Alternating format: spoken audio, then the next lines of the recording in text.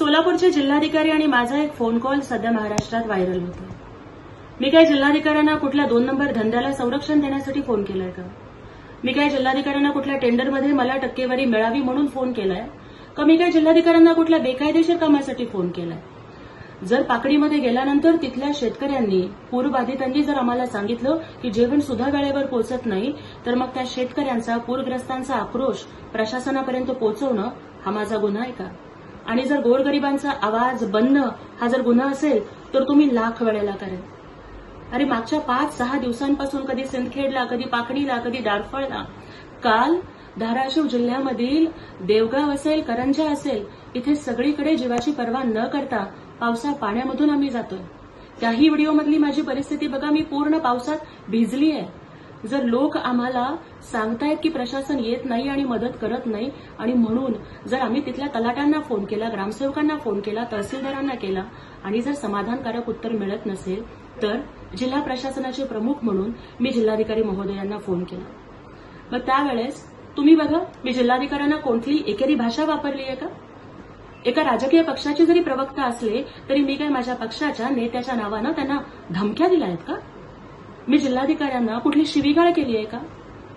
साहेब, लोकांना जेवण मिळत नाहीये, मदत वाढवा म्हणून मी विनंती करणं ही माझी चूक आहे का? शेवटपर्यंत माझ्या तोंडामधून साहेब आणि विनंती असे नम्रपणाचे शब्द तर बाहेर पडत असताना तुम्ही काय करताय? तुम्ही किती किट आणले? मग तुम्ही तुमच्या पक्षाकडून मदत करा का? असं जिल्हाधिकारी म्हणत असताना मग राजकारण मी करते का दुसरं कोण करतंय याचं उत्तर महाराष्ट्राच्या जनतेनं शोधावं। हा फोन आमचा झाल्यानंतर पुन्हा जिल्हाधिकाऱ्यांनी मला नंतर फोन केला। प्रशासनाकडून कोणती मदत दिली जाते याचीही त्यांनी आम्हाला माहिती दिली। ती माहिती आम्ही तिथल्या ग्रामस्थांना दिली, ग्रामस्थांना समजावून सांगण्याचं काम केलं। एकनाथजी शिंदे साहेबांच्या माध्यमातून महाराष्ट्रातल्या गावागावामध्ये, खेड्यापाड्यामध्ये आम्ही मदत पोहोचवतो।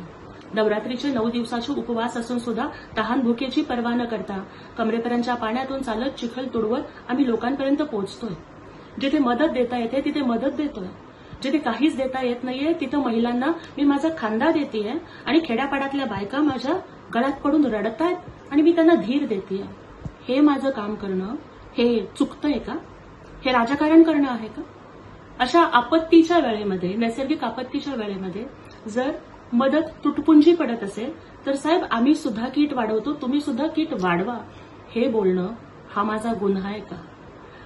आणि जर गोरगरिबांचा आवाज बनणं, पूरग्रस्तांचा आवाज बनणं, शेतकऱ्यांच्यासाठी आवाज उठवणं हा गुन्हा असेल ना, तर असे गुन्हे मी लाख वेळेला करेन।